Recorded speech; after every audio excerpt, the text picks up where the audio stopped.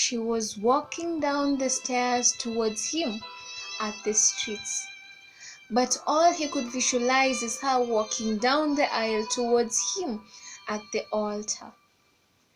Her steps well calculated, her clothing design well selected, her smile portrayed every bit of her immaculate teeth. And so, without bothering or caring about her inner characters, but majorly focusing on her external characteristics, he pressed the red traffic light. "Stop. May I talk to you?" And from that sound to that letter, to each word that formed the sentence, he became part of her story life. Her first name Brianna, his first name Brian. Her status single, his status ready to mingle. His cause IT, her cause BBIT. Like, what more proof did we need here? So love rushed him to the top of the mountain, only to realize that in question 1A, he had to list a number of characteristics that he never knew about her. And it only got worse because in question 1B, he could not explain how on earth he fell in love with a traitor. One who was the best to him is now nothing but a beast to him. One who he had bought a very beautiful car is now driving him crazy with anger. One who meant the world to him does not mean even a word to him. And because anger and hatred has dominion over him, forgiveness not part of his dictionary anymore, suicidal acts now overruling every bit of his brain, then, for a sec, something whispers, "Wait, you have to do something before you see this life no more." Revenge, now the main theme of the last part of their story. To him, that knife is not used for chopping meat, but for choking Brianna's life out of her. To him, that rope, that hanging line is not significant anymore, because he's left with nothing, not even a smile to wear. So that's just one among the hundreds and thousands of sad cases about love. But come to think of this, can true love really cause you to kill? Yes, you have been hurt.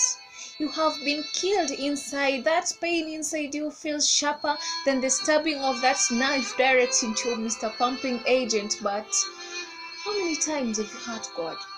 How many times have you betrayed God? How many times have you promised to stay by his side, to follow his commands, but you keep drifting away? Yet, he still loves you.